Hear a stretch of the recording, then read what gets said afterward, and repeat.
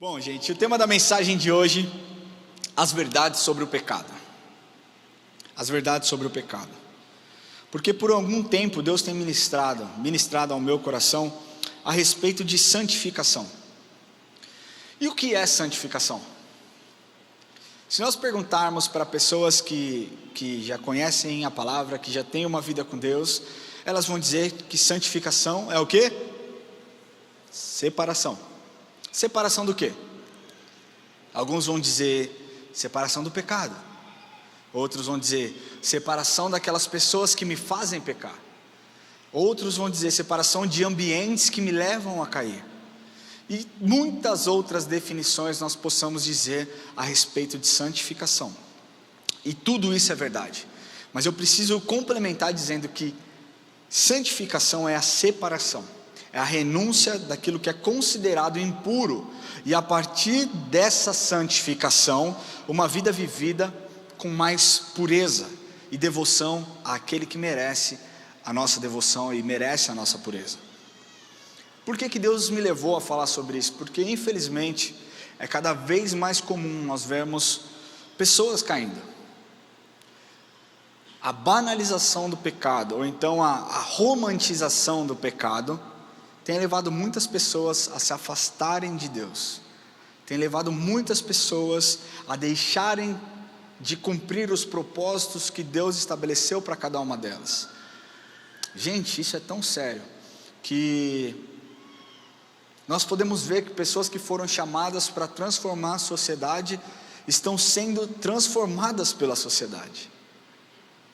Nós somos chamados para gerar algo na sociedade. Nós fomos chamados para transformar a cultura, e não a cultura transformar as nossas vidas. E o que tem sido feito, e o que tem ocorrido são cristãos que conhecem a verdade, deveriam transformar, acabam sendo transformados. E isso é tão sério. Eles deixam de obedecer, essas pessoas deixam de viver, e muitas vezes deixam até mesmo de crer quem é Deus na vida deles.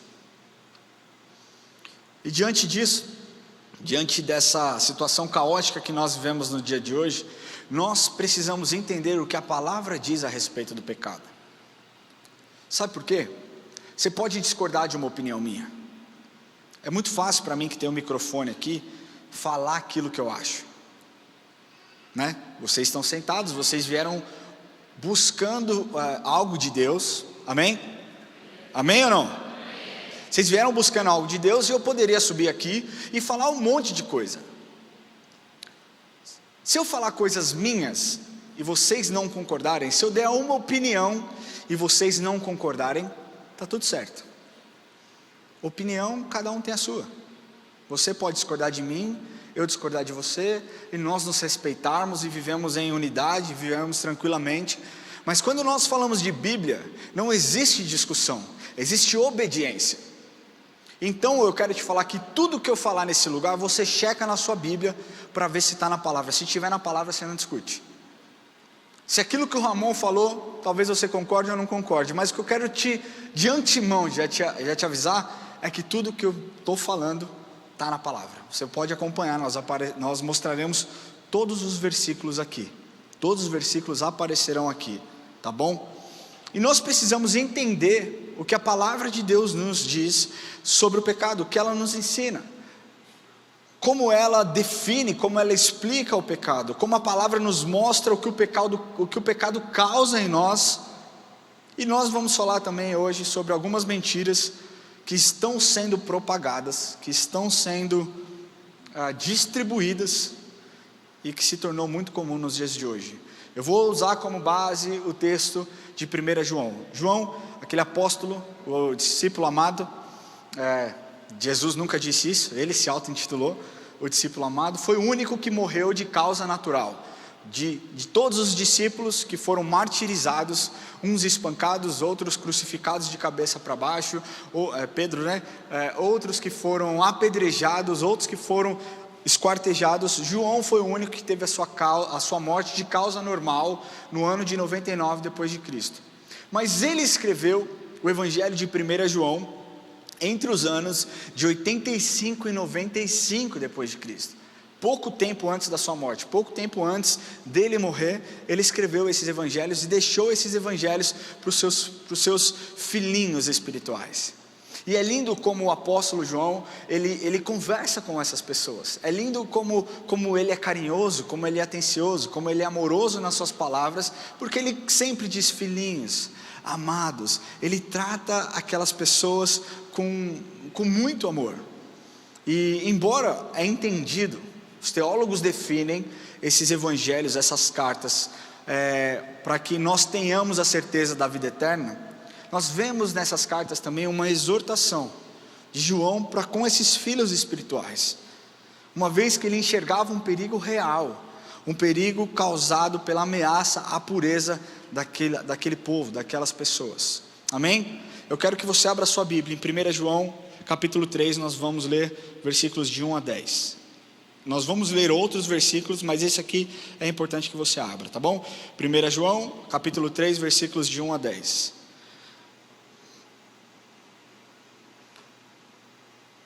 Vocês estão bem? Calma que a porrada ainda nem chegou. Tá bom? Quem abriu, diga amém. Amém. Vamos lá então. Vede que grande amor nos tem concedido o Pai, a ponto de sermos chamados filhos de Deus. E de fato somos filhos de Deus. Por essa razão o mundo não nos conhece, porquanto não conheceu a Ele mesmo. Amados, agora somos filhos de Deus, e ainda não se manifestou o que haveremos de ser. Sabemos que quando Ele se manifestar, seremos semelhantes a Ele, porque haveremos de vê-lo como Ele é. E assim mesmo se purifica todo o que nele tem esta esperança, assim como Ele é puro. Todo aquele que pratica o pecado também transgride a lei, porque o pecado é a transgressão da lei. Sabeis também que Ele se manifestou para tirar os pecados, e nele não existe pecado. Todo aquele que permanece nele não vive pecando. Todo aquele que vive pecando não o viu nem o conheceu. Filhinho, não vos deixeis enganar por ninguém. Aquele que pratica a justiça é justo, assim como Ele é justo.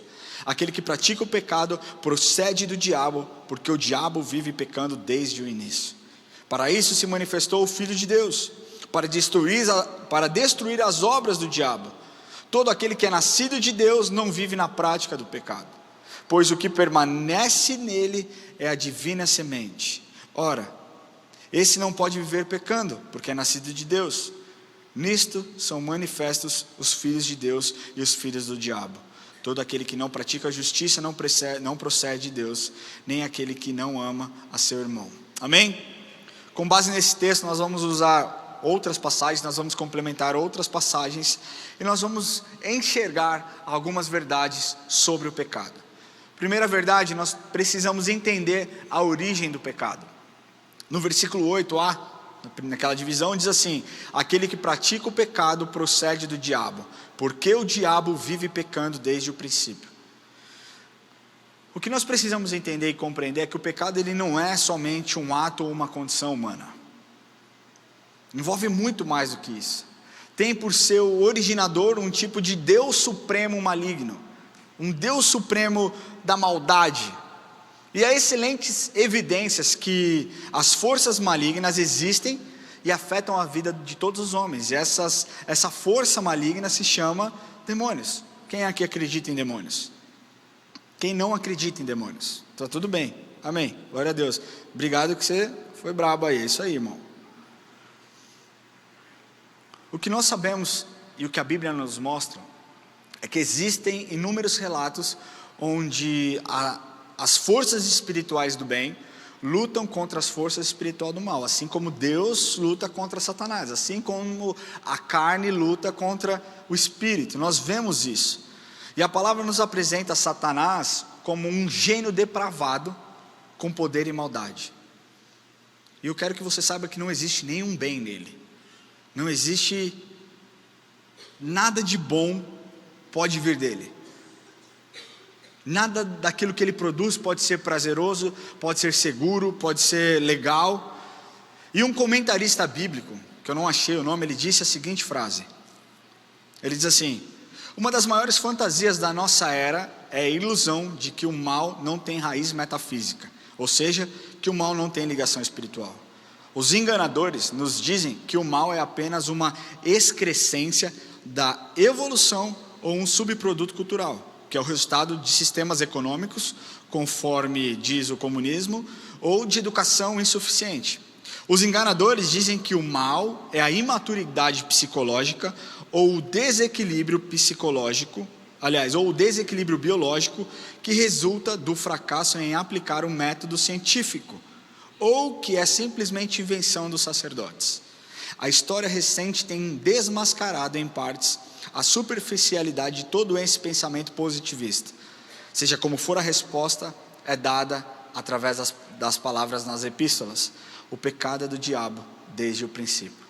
Eu achei sensacional essa frase, por isso que eu decidi compartilhar. Quando a palavra diz que ele vive pecando desde o princípio, está mostrando que Satanás desde o princípio voltou o seu coração para o mal. Satanás fez péssimas escolhas, pensou que poderia derrubar o trono de Deus, seu coração se encheu de orgulho, e aí nós vemos o que aconteceu. Se você também não sabe, eu vou ler para você o que está escrito em Isaías 14, versículos 12 a 14, eu não coloquei no meu esboço, eu incluí isso depois. Diz assim: Rei da Babilônia, brilhante estrela da manhã, você que caiu lá do céu, você que dominava as nações, foi derrubado no chão. Antigamente você pensava assim: subirei até o céu e me sentarei no meu trono, acima das estrelas de Deus. Reinarei lá longe, no norte, no monte onde os deuses se reúnem. Subirei acima das nuvens mais altas e serei como Deus Altíssimo. As Escrituras apresentou Satanás como o mais elevado dos poderes angelicais, dotado de tremendo poder, dotado de beleza, inteligência, mas grande foi a sua queda. E a partir daquele ponto em diante, expulsou rapidamente toda coisa boa que tinha dentro dele e se tornou um antro de maldade. Ele vem praticando mal já faz muitos e muitos e muitos anos, e ele continua fazendo isso ainda nos dias de hoje.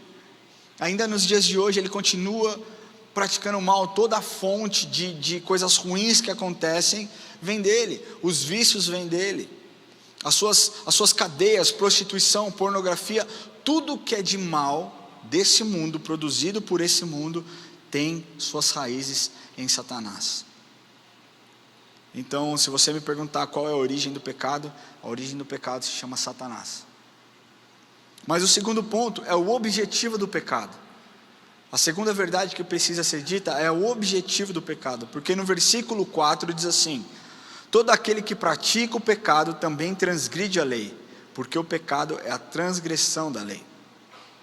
Em outras versões, nós lemos da seguinte forma, que talvez fique um pouco mais fácil: todo aquele que vive habitualmente no pecado, também vive em rebelião, pois o pecado é rebeldia. Eu acho que essa versão fica um pouco mais contemporânea, mais fácil de nós entendermos. É claro que Satanás quer que todos nós cometamos pecados. É claro que Satanás vai preparar truques, vai preparar ciladas. Um tempo atrás eu disse em uma das minhas pregações que ele é especialista em criar ambientes para que você caia. Ele é especialista para gerar um ambiente onde você tropece, onde você escorregue. Mas Satanás não quer que você caia uma vez só. Ele quer que você tenha uma vida em pecado. Sejamos sinceros, quantos aqui não pecaram nas últimas 12 horas? Vocês são tipo anjo assim, já. Quem não pecou?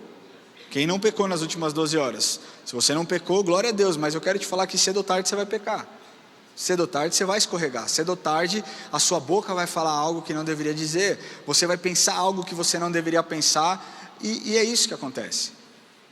É muito difícil nós passarmos 12 horas sem cometer um pecado. Mas nós temos a tendência de pensar em pecados, coisas que são cabeludas. Nós temos tendência de pensar que o pecado é só pornografia, que pecado é só prostituição, que pecado é só vícios, que pecado é só adultério. É muito mais do que isso. Se você está andando no trânsito, alguém te fechou e você ficou com raiva, pecou. É assim que é. É assim que é. Cara, eu não estou aqui para falar que eu sou santo, porque eu peco pra caramba também, tá, gente? E antes mesmo de trazer essa mensagem para vocês, Deus falou comigo. Eu tive o meu momento de arrependimento, tive o meu momento de perdão. Mas o que essa palavra nos mostra é que o pecado ele pode ser tanto um incidente como algo rotineiro, como uma prática. O incidente é aquele pecado que você comete sem querer, ou às vezes querendo, mas é totalmente diferente de uma prática de pecado, de algo que você cultive, algo que você pratica constantemente. O que nós podemos ver nesse texto é que essa frase ela está no particípio presente, e embora alguns professores de português não reconheçam essa classificação, esse tempo verbal no português, ela é genuína, por exemplo, no grego, como por exemplo no alemão, existe esse tempo verbal, né? E que resulta em aquele que está pecando, a prática do pecado, o cotidiano. Embora todos nós sejamos pecadores, e não exista nenhum inocente, porque olha o que está dizendo 1 João 1,8: se dissermos que não temos pecado nenhum, a nós mesmos nos enganamos, e a verdade não está em nós. Essa passagem ela nos mostra que ninguém está isento do pecado, nem no passado e nem no presente. Até mesmo os mais crentes pecam, até mesmo os mais santos pecam, até mesmo aqueles que parecem mais firmes com Deus têm os seus deslizes, têm os seus pensamentos às vezes impuros, têm a raiva no coração, cometem pecado. O que nós precisamos buscar é não nos tornarmos escravos do pecado. Amém? Não deixar com que o pecado se torne rotineiro em nossas vidas. O real objetivo do pecado é que nós nos distanciemos cada vez mais de Deus. Porque a palavra diz que o pecado do salário é o quê?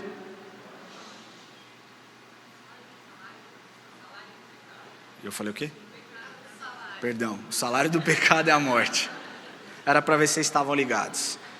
Parte sim, parte não, mas está tudo bem. Se nós falarmos sobre transgressão da lei, porque a palavra diz lá, nós podemos entender da seguinte maneira, tá? Deus deu uma lei às pessoas para regular suas condutas ética, moral, e qualquer que seja o afastamento dessa lei é considerado pecado. A lei, ela serve para quê? Ela mede os nossos deveres e obrigações, e portanto mede o grau de culpa quando não obedecemos. A lei determina o que é certo e o que é errado, e a lei no Velho Testamento era a expressão da vontade de Deus. Hoje você vai falar, nós vivemos embaixo da nova aliança. De fato nós vivemos embaixo da nova aliança, mas nós ainda cumprimos leis, certo? Nós ainda somos regidos por leis, nós ainda temos um manual de conduta que nos mostra, embora ele diga assim, isso aqui se você não cumprir você morre, está lá, a palavra de Deus diz aquilo que nós devemos ou não devemos fazer. Quando nós não obedecemos a lei, aquilo que a palavra nos ensina, existe o pecado, há o pecado. De forma clara, eu vou trazer mais prático isso aqui, o objetivo do pecado é fazer com que você rejeite aquilo que Deus te deu, aquilo que Deus te disse. E se você vive pecando, se você vive em pecado, você está em rebelião. Olhando assim você vai me falar, pô, é óbvio que você descobriu a roda agora falando isso. Mas nós precisamos trazer clareza sobre o que o pecado faz. Como eu disse antes, Satanás é esperto. Satanás ele nunca vai mostrar a real face do pecado. Ele sempre vai apresentar o pecado como algo soft, como algo tranquilo. Ele sempre vai mostrar o pecado como algo muitas vezes prazeroso. Hoje, infelizmente, nós vemos a romantização do pecado. E eu quero pontuar para vocês 5 mentiras que têm sido espalhadas sobre o pecado. Amém? Está comigo? Amém? Primeira mentira que muito tem se ouvido é, isso é um pecado pequeno.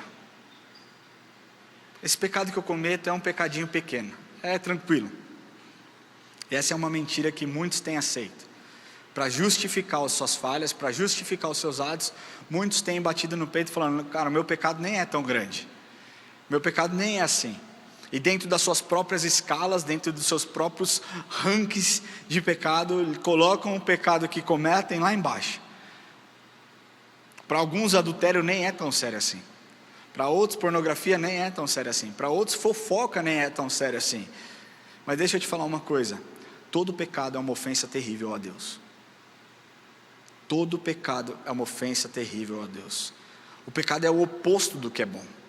O pecado é o oposto do que é santo. O pecado é o oposto do que é lindo. Até mesmo o menor dos seus pecados exigiu a morte do Filho de Deus naquela cruz. Não existe pecadinho, todo pecado é pecado. Obviamente, existem as consequências do pecado. O pecado de uma fofoca vai fazer no máximo com que você perca uma amizade. Mas o pecado de um vício pode te levar à morte. As consequências são diferentes, mas pecado é pecado. Todos os pecados nos afastam da presença de Deus. A Bíblia não nos diz que somente alguns pecados, os que estão no ranking, na escala de 1 a 10, número 10, nos afastam da presença de Deus. Todos os pecados nos afastam da presença de Deus. Uma outra mentira que tem sido dita é: eu vou ceder só uma vez. Olha só, namorado, vai ser uma vez só que eu vou ceder. Para aquele amigo do trabalho que quer que você dê um tapa, um baseado, cheire uma carreira, eu vou ceder só uma vez. Para a sua carne, muitas vezes, que quer que você consuma pornografia, você vai falar, vai ser uma vez só. E a verdade é que muitas pessoas que se tornaram dependentes químicos começaram dessa forma. Muitas pessoas que consomem pornografia hoje de forma, como um vício, começaram dessa forma, vai ser uma vez. O pecado, ele tem uma maneira muito astuta de afundar os seus ganchos profundamente nos nossos corações. Eu não posso simplesmente pecar e depois fingir que nada aconteceu, sair ileso. Quanto mais eu ceder ao pecado, mais enredado eu fico no pecado. O pecado sempre deixa as cicatrizes. Deixa eu te falar uma coisa: pecado você não cede, pecado você resiste. Eu não vou ceder uma vez, eu vou resistir uma vez. Eu resisto uma vez, e na semana seguinte eu resisto de novo, eu resisto de novo, resisto de novo. Daqui a pouco Satanás vai olhar e vai falar assim: tentar nessa área que não vai dar certo, eu preciso mudar o meu foco, eu vou tentar numa outra área. Mas a verdade é que muitas vezes Satanás tem tentado a gente, e na primeira a gente fala: eu vou ceder só uma vez. É só uma vez que eu vou flertar aqui com essa menina do trabalho uma vez só. Não caia nessa. Ceder uma vez é deixar com que o pecado coloque os seus ganchos no mais profundo do seu coração e fazer com que você fique enredado. Um outro pecado, uma outra mentira que tem sido dita sobre o pecado é: esse aqui é um espírito familiar, é um demônio familiar. O que eu acredito, tá? Deixando bem claro, é o que eu acredito. Mas muitas pessoas têm usado disso para dar desculpa. Olha, veja bem, o meu avô cometia esse pecado, meu bisavô cometia esse pecado, meu pai cometeu esse pecado, e eu não consigo sair disso, é mais pesado do que eu sempre luto contra isso, eu sempre vou lutar contra isso, essa é a minha dificuldade. Cara, essa é uma muleta satânica que muitos têm usado para justificar suas atitudes. O que nós precisamos deixar claro é que o pecado não pode ter o poder de te definir. O pecado não pode definir a sua identidade. E se essa for a sua questão, deixa eu te falar uma coisa: tem uma oração muito prática que você pode fazer. Você pode orar assim no seu coração: Cristo me libertou do poder escravizador do pecado.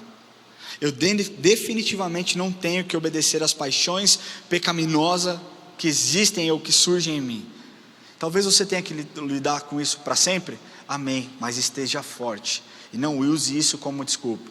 Jesus Cristo já venceu por você. Amém? A quarta mentira que tem sido dita de forma muito recorrente é: eu preciso viver isso para aprender. Eu preciso viver essa dificuldade para aprender a lidar, para lidar com as lutas, com as dificuldades. Cara, que balela. Você não precisa matar alguém para saber que é errado assassinar alguém. Você não precisa consumir pornografia para saber que é errado. Você sabe que é errado, é só não fazer. O pecado, ele nunca vai mostrar a real face. Deixa eu te falar uma coisa: você que está traindo a sua esposa com aquela mulher do trabalho, seja lá com quem for, por trás dela existe um demônio. Se você pudesse ver o demônio que está por trás ali, meu querido, a última coisa que você iria querer é olhar na cara dessa pessoa. A mesma coisa para as mulheres. Estou fazendo personal lá, meu marido está barrigudo, meu personal está saradão. Se você pudesse ver o que está por trás, você nunca mais ia querer olhar na cara dele. Satanás nunca vai mostrar. Ele sempre vai vir com palavras doces. Ele sempre vai vir, sabe, cheiroso, perfumado. Ele não vai vir com cheiro de enxofre. As pessoas acham que, não, somente é de Satanás se ele aparecer com um tridente, cheirando enxofre e falando que quer a minha morte. Esquece, não vai acontecer. Ele vai usar pessoas, ele vai usar situações, palavras doces e bonitas. Mas eu quero te falar o que vai acontecer no final. No final você vai ter uma carga tão amarga, destrutiva, a insatisfação, relacionamentos arruinados, a dureza do coração. É isso que o pecado vai gerar na sua vida. Agora, se você quer viver algo para aprender, eu preciso viver para aprender, cara, decida viver para Cristo. Você vai aprender o valor da obediência, você vai aprender o valor de ter um caráter segundo aquilo que Deus exige, que Deus espera de nós. Você vai aprender como é prazeroso, como é deleitoso, sabe, obedecer os preceitos de Cristo. Se você precisa viver para aprender, pelo menos decida viver da forma certa e aprender da forma certa, amém? A quinta mentira que tem sido dita é: Deus quer me ver feliz. Deixa eu te falar uma coisa, claro que Deus quer te ver feliz, mas não a qualquer custo. E essa é a grande diferença. Deus quer me ver feliz, mas não é a qualquer custo. A coisa que eu mais espero é que os meus filhos sejam felizes. A coisa que eu mais desejo é que a minha esposa seja feliz.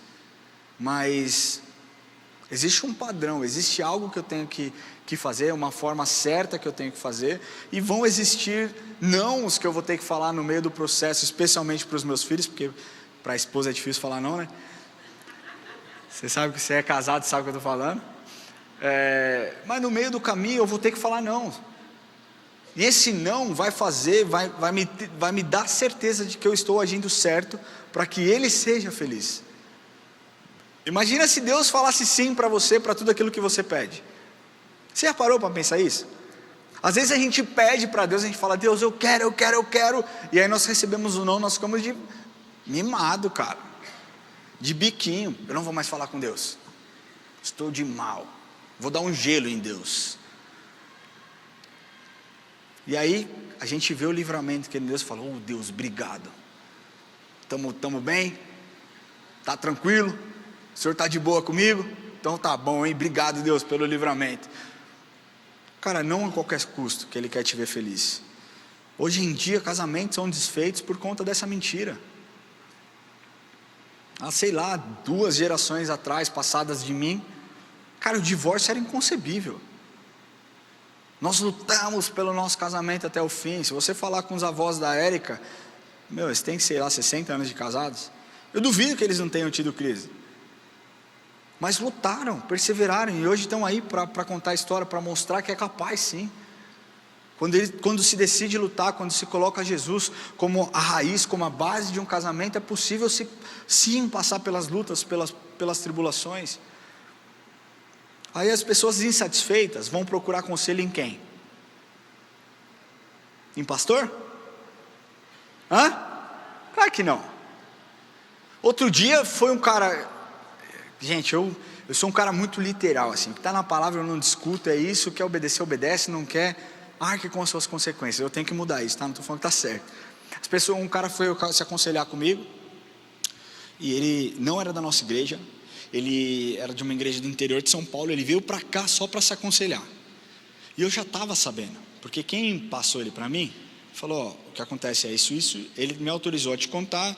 Ele tem 1 ano de casado, casou com a filha do pastor da igreja, traiu a filha do pastor e não quer se relacionar com ela, mas também não quer largar ela, e eu já falei que ele está errado, e ele vai chegar aí para você. Aí eu já penso, cara, tá de sacanagem, né? O cara já sabe o que tem que fazer, quer vir aqui para escutar o que ele tem que fazer, mas vamos lá. Aí ele sentou na minha sala, falei: e aí, irmão, tá bem? Ele: tô bem, pastor, graças a Deus, tudo bem. Eu já pensei, tá tudo errado, velho. Como que ele pode falar que ele tá bem, velho?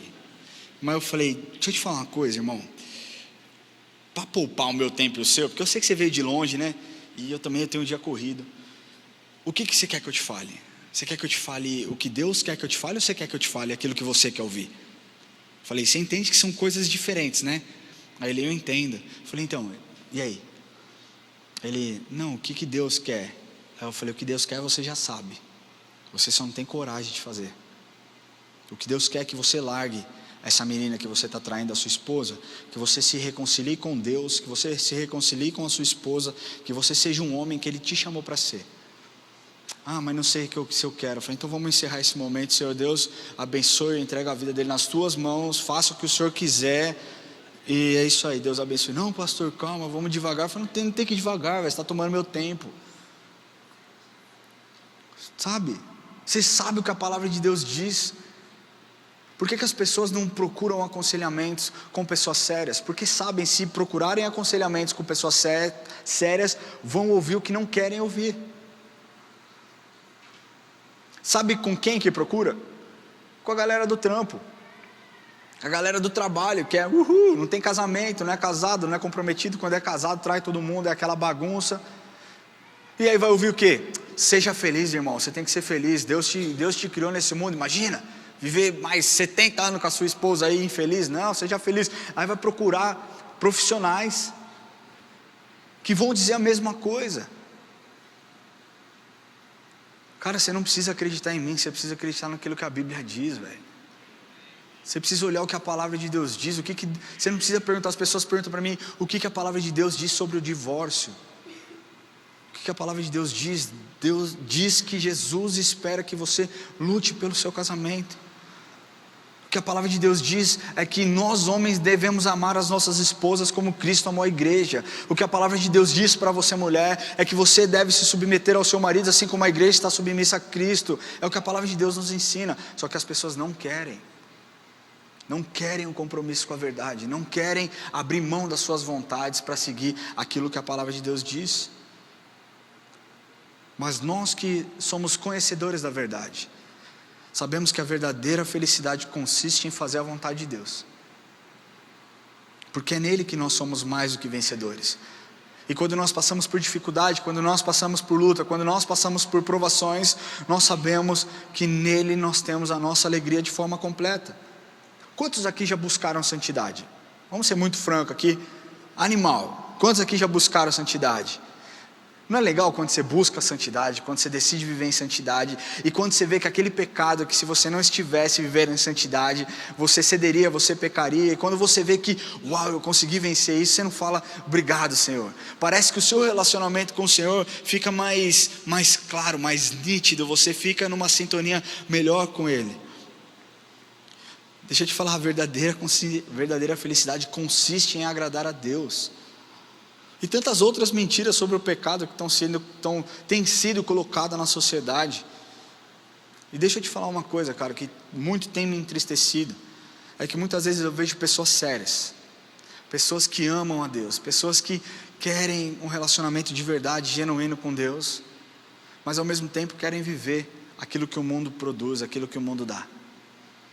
Eu quero ter uma vida com Deus, eu quero buscar Deus, eu venho no domingo, eu sou sério, eu sirvo na igreja, mas ao mesmo tempo o mundo é tão legal, o rolê é tão legal, e aí faz o que o mundo faz, pega todo mundo, é aquela bagunça, é Sodoma e Gomorra escancarado, bebe pra caramba, dança músicas horríveis. Deixa eu te falar uma coisa, nós precisamos decidir, porque é impossível nós agradarmos a Deus e vivemos como o mundo quer que nós vivamos. É duro de ouvir, mas é a realidade. É impossível você ter uma vida com Deus, uma vida de santidade, de separação, e viver exatamente da forma como seus amigos do trabalho ou de qualquer lugar faz. Cara, ou você é um crente, ou é melhor você não brincar de ser. Porque a palavra de Deus diz que aos mornos ele faria o quê? Vomitaria. Sabe quem que é o morno? É o cara que fica em cima do muro. Eu quero ou não quero, eu quero ou não quero. Cristianismo é compromisso, meu amigo. Você quer viver o cristianismo? Você vai ter que abdicar das suas vontades. Ah, mas não é justo. Cara, quando você chegar no céu, você fala com Deus. Mas se a palavra de Deus diz, como pode da mesma fonte jorrar água amarga e água doce? É o que a palavra de Deus está dizendo, não é o que o pastor Ramon diz. Se a palavra de Deus diz que nós devemos, filtrar, transformar, renovar a nossa mente, para que nós possamos conhecer a boa, perfeita e agradável vontade de Deus. Você acha mesmo que você vai renovar somente escutando funk? Músicas de baixo calão, músicas que somente colocam a mulher como uma pessoa sexy, tiram o valor da mulher, e aí depois vocês vêm levantar a bandeira de mulheres precisam ser valorizadas.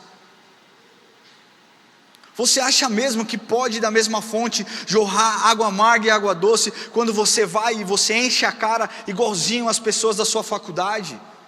Igualzinho aqueles que não conhecem a palavra? Deixa eu te falar, Deus não espera nada deles, Deus espera de você que conhece a verdade.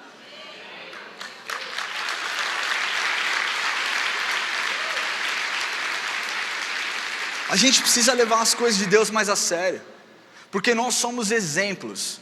A partir do momento que você entregou a sua vida para Jesus, que você colocou os seus joelhos no chão, que você falou: Senhor Jesus, eu entrego o meu coração, faça de mim o que o Senhor quiser, você tem algo a cumprir nesse lugar. E todo lugar onde você pisar é uma oportunidade de você transformar o ambiente, e não ser transformado pelo ambiente. Qual é, gente? Cara, o sacrifício de Jesus na cruz, o que a gente tem feito com esse sacrifício? O véu rasgado para que nós pudéssemos ter acesso, e nós dificultando o nosso relacionamento com Cristo para que nós possamos ceder às nossas vontades e tentações. Não é assim que funciona, e nunca vai funcionar dessa forma. Não tem como você viver como o mundo e agradar a Deus. Você precisa descer do muro e arcar com as suas consequências, seja de um lado ou seja de um outro. É do lado de Cristo, então abdique da sua vontade, abdique daquilo que você cresceu ouvindo. Eu cresci ouvindo samba, e sertanejo, mas sertanejo bom, não. Mas eu cresci ouvindo, cara. Minha família era do interior, lá de Americana, cresci ouvindo, mas não dá mais para ouvir. Eu adorava Zeca Pagodinho, não dá para ouvir, cara, não dá para ouvir. Não dá para no meu coração ser ministrado eu aqui cantando Yeshua, Yeshua, e daqui a pouco Zeca Pagodinho cantando um pagode que está evocando o demônio lá. Calma aí, cara. Não é verdade? Ô gente, eu era da época que escutava Soweto. Vocês nem sabem o que é isso, que loucura. Cara, a metade, quem mais? Alana estamos juntos. Hã? Livramento, eu curtia, escrevia várias cartas. A Erika não conhecia pagode. Contar uma parada para vocês. Eu escrevia várias cartas de letra do Exalta Samba para ela.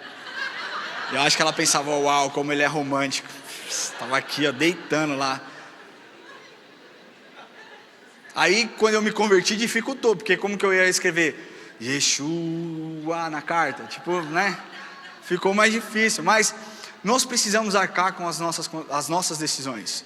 E se você quer descer de um muro para um lado onde você vai ceder às suas vontades, quando você estiver em apuro, não adianta querer: oh Deus, vem aqui me livrar, por que esse mal está acontecendo comigo, porque eu estou com AIDS, porque minha vida está assim, porque minha vida está ao caos. Porque você decidiu desobedecer, porque você decidiu não comprar aquilo que você deveria ter comprado. Nós precisamos falar de forma clara contra o pecado, e mais do que isso, nós precisamos viver com santidade. Não adianta nós falarmos aqui na igreja, muito tem se falado sobre a aceitação. Não adianta nós só falarmos sobre aceitação, se não falarmos sobre um arrependimento verdadeiro que gera transformação. Aceitação é importante, mas mais importante do que a aceitação é nós gerarmos nessas pessoas um sentimento de que: uau, ele me amou tanto que eu preciso ser transformado. Deixa eu te falar uma coisa, cara, eu sou pecador, velho, sou muito pecador. A minha esposa sabe os piores dos meus defeitos. Talvez você olhe e fale: ah, cara, esse cara tem uma vida tranquila, ele tem uma vida... Só Deus e a Erika sabem muitas vezes, cara, como eu chego em casa, bravo, chateado. A Erika é a única pessoa que conhece a melhor versão do Ramon e a pior versão do Ramon. E eu louvo a Deus porque ela é uma mulher tão incrível, que tem me encorajado, que tem me empoderado, que tem me ensinado tanto. Mas eu reconheço os meus erros. Às vezes demora um pouco, mas eu reconheço. Eu aceito a exortação de Cristo e eu mudo a minha atitude. Porque não adianta. E o que tem acontecido hoje é que está cheio de crente confundindo remorso com arrependimento. Está lotado de gente na igreja que diz: eu estou arrependido. Não está. Você teve um remorso por conta do seu pecado. Sabe qual que é a diferença de remorso e arrependimento? Remorso é a tristeza pela consequência de um pecado, mas não pelo pecado em si. É a tristeza pelo que o pecado causou na sua vida. Tipo assim, traí a minha esposa, e o que aconteceu foi que ela saiu de casa, e eu fiquei triste que ela saiu de casa, mas não pela minha atitude, pela minha queda, pela minha falha moral, falha de conduta. Se não houver consequência, não tem nem remorso. Por isso que tantas pessoas continuam traindo, porque não tem nem o remorso. O remorso, ele não está no sentimento, não está na verdade de ter magoado a Deus, mas está na verdade de ter perdido algo, por algum tempo. O remorso é um sentimento horizontal, o arrependimento é um sentimento vertical. O arrependimento significa conversão, mudança de direção, mudança de mente. E quando você se arrepende, você caiu, traiu a sua esposa, isso gerou uma vergonha tão grande na sua vida que você fala: eu nunca mais vou fazer isso. Que vergonha, Senhor, me perdoa. Isso é um arrependimento. É quando você olha e você fala: eu nunca mais quero cruzar esse caminho. Senhor, me perdoa. Não somente o fato de você ter magoado o seu cônjuge, mas o fato de você ter, ferido o coração de Deus. Caso você não sinta isso, esse desejo de transformação, o que você tem vivido é somente o remorso. O arrependimento é algo vertical, que consequentemente impacta os sentimentos que estão na horizontal, que estão conosco caminhando dia a dia. Pecado a gente não brinca, cara. Pecado a gente tem que se posicionar. O salário do pecado é a morte. Mas eu tenho uma boa nova para você, e eu entro no meu terceiro ponto: a vitória sobre o pecado. Existe uma vitória sobre o pecado. 1 João, capítulo 1, versículos de 5 a 10. Foi o que nós lemos, mas eu quero ler para você, Aliás, não foi o que nós lemos 1 João 3, né? Mas vamos ler 1 João 1, de 5 a 10, diz assim: ora, a mensagem que da parte dele temos ouvido e vos anunciamos é esta: que Deus é luz e não há nele treva alguma. Se dissermos que mantemos comunhão com ele e andamos nas trevas, mentimos e não praticamos a verdade. Se porém andamos na luz com ele, como ele está na luz, mantemos comunhão uns com os outros, e o sangue de Jesus, seu Filho, nos purifica de todo pecado. Se dissermos que não temos pecado algum, a nós mesmos nos enganamos e a verdade não está em nós. Presta atenção nisso. Se confessarmos os nossos pecados, ele é fiel e justo para nos perdoar os pecados e nos purificar de toda injustiça. Se confessarmos os nossos pecados, ele é fiel e justo para nos perdoar os pecados e nos purificar de toda injustiça. 1 João 3,5 diz assim: sabei também que ele se manifestou para tirar os pecados, e nele não existe pecado. Existe uma vitória sobre o pecado, e essa vitória se chama Jesus. A vitória sobre o pecado se chama Jesus. Toda vez que você peca, toda vez que você pecar, todas as noites que você colocar o seu joelho no chão para orar, e você confessar o seu pecado, e você pedir perdão genuinamente para Deus, você fala: Senhor, olha o meu coração, eu estou aqui, eu estou podre, eu estou desse jeito. Ele te purifica, ele te perdoa. Ele faz com que você tenha vitória, ele faz com que você tenha uma nova história reescrita, ele apaga os seus pecados. Salomão, que foi o mais sábio que já existiu, ele disse: o que confessa as suas transgressões alcança a misericórdia. Se eu tiver um peixe bem podre, e eu enrolar esse peixe num jornal, com várias camadas de jornal, você não vai conseguir sentir o cheiro. Muitas vezes é isso que nós estamos fazendo. Nós estamos pegando o nosso pecado, colocando várias camadas de jornal, várias camadas de papel, cobrindo, porque é muito fedido para eu mostrar para Deus. Deus não merece que eu mostre para Ele a sujeira do meu pecado. Eu reconheço o sacrifício na cruz, eu sei o que Ele fez, mas eu não quero mostrar, eu não quero me expor. Mas o que eu quero te falar é que se você abrir, tirar as camadas e mostrar o que é verdadeiro, e falar: Senhor, eu não quero mais carregar esse peixe comigo. Sabe o que Ele vai fazer? Ele vai pegar esse peixe fedido que você tem aí, vai jogar fora e vai falar: isso daqui nunca mais te pertence. Existe uma vitória sobre o pecado. Confessar os nossos pecados, nos arrepender, nos torna mais forte para deixar para trás aquilo que aconteceu. O projeto de Deus, família, não é somente te levar para o céu. Isso é incrível, mas se você confessar o seu coração para Jesus, a sua salvação está aí, cara. Alguns acreditam que não é assim que funciona, outras linhas teológicas acreditam que uma vez salvo, sempre salvo.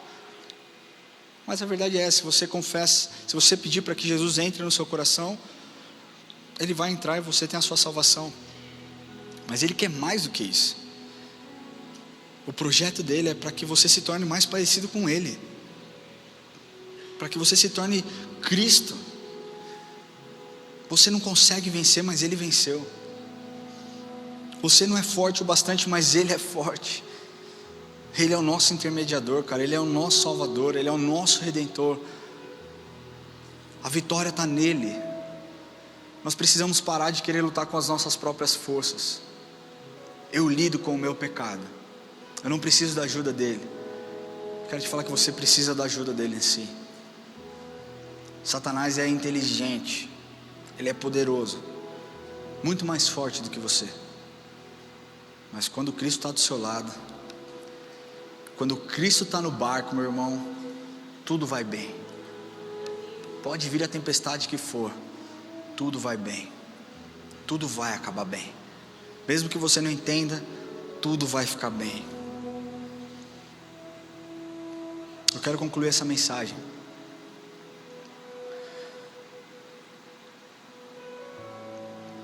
dizendo que para muitos tem se tornado um caminho sem volta, o pecado. Eu tenho amigos que eram muito mais firmes do que eu, que por conta de um pecado nunca mais tiveram coragem de voltar. E não porque Jesus não perdoou, mas porque não se acham dignos do perdão de Cristo. Se você está assim, eu vou falar com você logo logo, mas eu quero que você comece a refletir. Por mais distante que você possa estar dele, é tempo de voltar, cara. Dá para você voltar.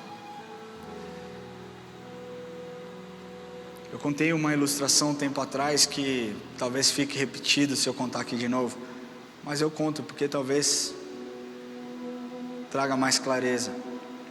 É a história de um homem que era um vizinho super benquisto pelos seus vizinhos, pela sua comunidade, mas em um dia de fúria ele acabou assassinando uma pessoa. E aquela pessoa que assassinou, esse vizinho tão amoroso que cometeu esse assassínio, ficou tão amargurado, ficou tão triste, porque ele sabia que aquele não era ele. E ele foi preso e ele foi condenado à prisão, à morte, cadeira elétrica, né? Pena de morte. E a história conta que a população que eu conhecia foi conversar com o juiz. E conversaram com o juiz, se levantaram dezenas e dezenas de pessoas e falaram: Senhor Meritíssimo, esse homem é um homem bom. Ele não vive assassinando pessoas, ele cometeu um ato, ele perdeu a cabeça, ele precisa pagar pela pena pelo crime que ele cometeu, mas isso não é quem ele é. Muda a pena, muda para outra coisa, mas não tira a vida, ele é um homem bom. E o juiz falou: eu vou me encontrar com ele, eu quero falar com ele. E o juiz pegou, no dia seguinte, colocou um papel dentro da sua Bíblia e foi encontrar com esse homem na penitenciária. E esse homem falou: o que o senhor veio fazer aqui? Ele falou: eu quero conversar com você, eu tenho algo para você aqui dentro. Ele falou: não quero nada que vem daí, eu sou um assassino, eu sou um homem sujo, eu matei uma pessoa inocente, eu não consigo me controlar, eu faço mal para a sociedade. E o juiz tentando interpelar junto com ele ali, falando: deixa eu te mostrar o que tem aqui, deixa eu conversar com você. Não quero, levantou e foi embora. No dia da sua execução, O juiz pediu a palavra depois desse homem ter sido executado e falou: eu estive com ele e eu sei que ele era um homem bom. Ele morreu não pelo crime que ele cometeu, mas por não aceitar o perdão que a sociedade tinha dado para ele, porque dentro da Bíblia eu tinha uma nova condenação para ele, era somente ele assinar, e a sua pena seria revertida em uma outra pena. O que condenou esse homem, o que levou esse homem à morte, não foi o seu pecado em si, não foi o seu crime em si, foi não ter aceito o perdão que tinha sobre a vida dele. E muitas pessoas não têm se aproximado de Deus, porque não têm aceito o perdão que está estendido para você de graça. O porquê que Ele te perdoou? Porque Ele é amor, porque Ele é assim. A gente muitas vezes não vai entender os meios e as coisas que Deus faz, mas nós aceitamos porque Ele é bom e Ele faz dessa forma, desse jeito. Se você se sentiu tocado por isso, eu vou orar com você, mas eu preciso primeiro falar para você que entrou aqui hoje pela primeira vez, ou talvez a segunda, ou talvez a 10ª vez, mas nunca tenha entregue o seu coração para Jesus.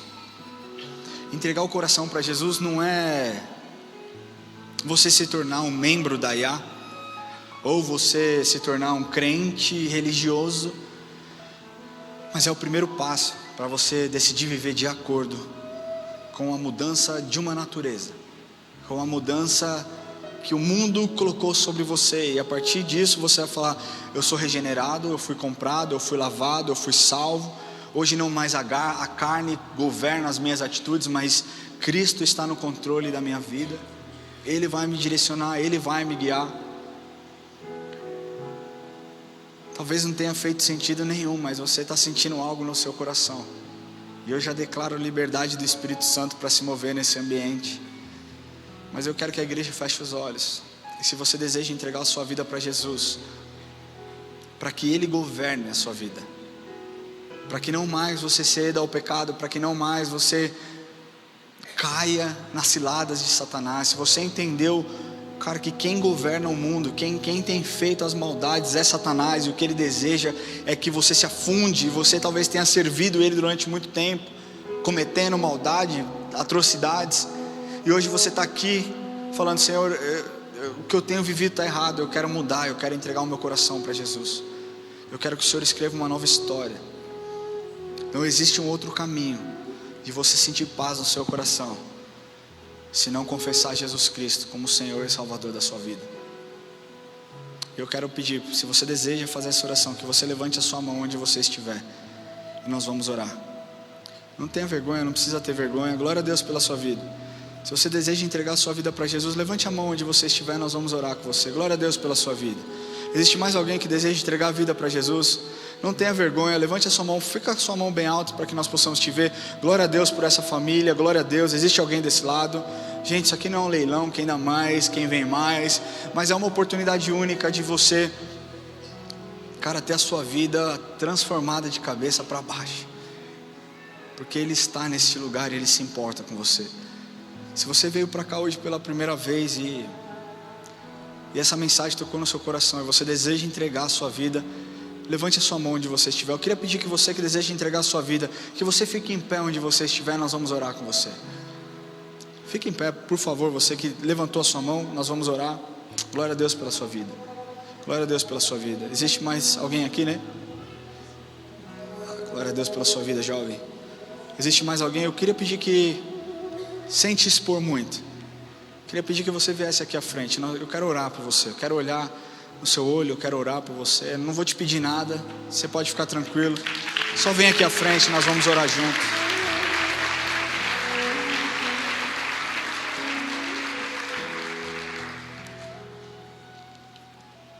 Pode vir aqui à frente, por favor. Se você está sentindo ardendo no seu coração e talvez esteja sem coragem de vir, pede para alguém, cara, que te trouxe. Fala assim: me leva lá, me ajuda. Eu tenho dito que uma das maiores mentiras que Satanás tem propagado é que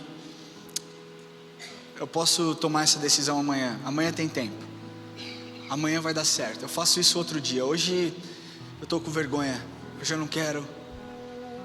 Não faça isso não, cara. A palavra de Deus diz: entrega o teu caminho ao Senhor, confia nele e o mais ele fará. Ele quer transformar a sua vida.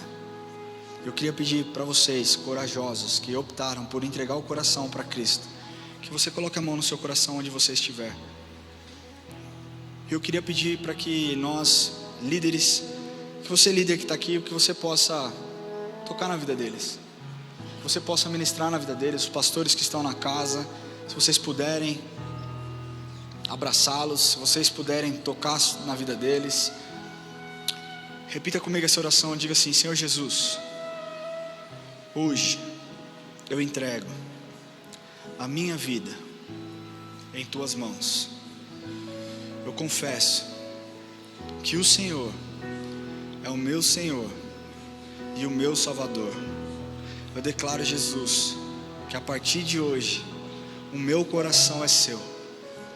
E eu peço que o Senhor me ajude a lidar com as dificuldades, que o Senhor esteja comigo nos momentos mais difíceis, e que o Senhor se mostre como um bom Pai, em nome de Jesus. Senhor, eu declaro a tua bênção, a tua paz sobre os teus filhos, Deus. Declaro o teu amor sobre a vida deles. Declaro, Senhor, um novo tempo, um tempo de alegria, um tempo de renovo. Declaro, Senhor, que nenhuma seta de Satanás que foi lançada sobre eles, declarando, Senhor, que eles não são capazes, que eles não são bons para o Senhor. Deus, nós quebramos em nome de Jesus. Nós sabemos que a tua palavra diz que quando nós estamos em Cristo, criaturas novas nós somos, que as coisas velhas ficaram no passado e tudo novo se fez. Deus, eu quero pedir que o Senhor reescreva a história, que o Senhor apague o passado, que o Senhor limpe da mente deles, Deus, toda a experiência negativa que eles tiveram, e que eles saibam que hoje, a partir de hoje, o teu Espírito habita neles, que eles contigo são mais do que vencedores, Deus, e que o Senhor os guiará nos momentos mais delicados e mais difíceis, Deus. Em nome de Jesus, essa é a minha oração. Se você fez essa oração online também, eu peço que você escaneie esse QR Code que tem na sua tela, que você entre em contato conosco e que nós possamos entender como nós podemos te servir, amém? Mas eu quero falar para você que já é um cristão. Eu quero terminar lendo essa passagem que diz, 1 João 3,9: todo aquele que é nascido de Deus não vive na prática do pecado, pois o que permanece nele é divina semente. Ora, esse não pode viver pecando porque é nascido de Deus. Você que tem vivido em pecado, você que tem cedido às tentações, você que tem cedido às dificuldades, você que hoje, ouvindo isso, falou: cara, eu sou igualzinho às pessoas, eu tenho agido exatamente da mesma forma. Eu quero te convidar a ter uma atitude de coragem, a sair do seu lugar, a vir aqui à frente. Eu queria pedir que todo mundo ficasse em pé. Mas isso daqui é só para você que realmente deseja uma transformação. Se você deseja, eu vou te garantir, cara, que se você se expor, se você se expuser, o Espírito Santo vai te virar de cabeça para baixo e vai transformar a sua vida. Aquela mulher do fluxo de sangue, ela só foi curada porque ela se expôs. Aqueles leprosos só foram curados porque se expuseram. Deus quer fazer algo na sua vida, mas para isso você precisa se expor. Se você precisa do perdão, Ele está aqui, Ele vai estender, mas dá um passo a mais, vira aqui à frente no altar. Eu quero te convidar a que você venha aqui, que você tenha uma atitude, cara, de coragem, que você saia do seu lugar, porque a verdade é que todos nós carecemos da graça de Deus, todos nós pecamos. A palavra de Deus diz: todos pecaram e destituídos foram, mas nós somos mais do que vencedores nele. Então eu quero falar para você que deseja uma transformação na sua vida. Se você tem olhado os seus caminhos e tem agido igual ao mundo, hoje é dia de você se reconectar. Hoje é o dia de você transformar suas atitudes e adorar e agradar ao Senhor. Ele merece a sua adoração e a sua gratidão. Saia do seu lugar, vem aqui à frente. Eu declaro que nenhuma cadeia vai te segurar aí, meu irmão, porque hoje é um dia que o Senhor fez para que relacionamentos sejam restaurados, em nome de Jesus. A mensagem que o Senhor te entregou nessa noite foi uma mensagem de acordar, despertar, porque muitas vezes nós estamos perdendo as nossas batalhas diárias como cristãos, porque estamos vivendo de forma distraída. espiritualmente distraídos. De todas as lutas que você vive na vida, que são muitas, eu sei, todos nós, lutas contra pessoas que vão contra você, lutas espirituais de espíritos malignos que te oprimem, as lutas do mundo. Eu posso dizer que a maior e principal luta atual que você vive é uma luta interna da sua carne contra o Espírito de Deus. Você que é cristão, hoje o Espírito de Deus habita em você, e a Bíblia diz que o Espírito está lutando contra a sua carne. Só que quando você está espiritualmente distraído, sabe o que acontece? Você está torcendo pela sua carne. É como se você estivesse assistindo uma luta e o seu desejo é: eu quero que a minha carne vença. Isso é uma pessoa espiritualmente distraída. É quando você fala: eu quero que os meus desejos sejam alimentados. Só que quando você decide por um despertar espiritual e você passa tempo com Deus, em oração, buscando a palavra, o seu espírito começa a despertar. E aí ele abre os olhos para essa batalha. Aí ele fala: não, eu não quero que a minha carne ganhe, não. Eu quero que o espírito ganhe. E esse despertar gera: Senhor, eu não quero mais perder. Eu não quero perder para a minha carne. Eu quero que o seu espírito vença. E a verdade é que quando você é forte, não é quando você é capaz de vencer, porque você nunca será capaz de vencer sozinho. Quando você acorda espiritualmente é que você entende: quem vence é o Espírito de Deus em você. Então você entrega o governo da sua vida nas mãos dele e você fala: eu esmurro a minha carne. Paulo, quando ele fala a respeito dessa luta, ele fala: eu não estou de brincadeira. Eu não quero ser um cristão de brincadeira. Então eu entro nesse ringue e adivinha só, eu dou socos não no ar, mas contra mim mesmo. O cristianismo é estar disposto a esmurrar os seus próprios desejos, porque nós não estamos de brincadeira aqui. Nós queremos caminhar com foco em Cristo, e esse foco depende do Espírito Santo vencendo diariamente na nossa vida. E aí, quando a gente acha que a dor não vai passar, a gente experimenta o sabor do que é viver sendo regido pelo Espírito Santo de Deus, e o sabor da presença dele na nossa vida, que é melhor do que qualquer pecado. Satisfaz, preenche, traz plenitude, traz paz, traz alegria, traz amor. O fruto do Espírito é o amor, a paz, a alegria, a longanimidade, benignidade. E aí você começa a olhar para você e você fala: meu Deus, não sou eu que vivo, mas Cristo vive em mim. É isso, é esse despertar que Deus te chama essa noite. Eu não quero mais viver eu, mas que Cristo viva em mim. Então entregue nas mãos dele esse governo essa noite. Deus, nós te agradecemos por esse tempo tão precioso, Pai. E pedimos que o Senhor nos dê força, assim como a Erika orou, Deus. Que nós possamos estar cheios do Senhor, Deus. Para que o Senhor nos mostre, que teu Espírito seja tão forte em nós, Deus. Que nós possamos estar atentos, Deus, às ciladas, Deus. Sabe, nós sabemos que Satanás é especialista em criar ambientes. Mas nós sabemos que o Senhor é especialista em nos proteger, em nos guardar, em nos direcionar, em nos guiar, e nós entregamos as nossas vidas ao Senhor. Pedimos perdão pelos nossos pecados, Deus. Reconhecemos, Deus, que o Senhor é bom. Aceitamos o seu perdão e pedimos que o Senhor mude a nossa mente, Pai. Em nome de Jesus. Glória a Deus. Será que você pode aplaudir ao Senhor?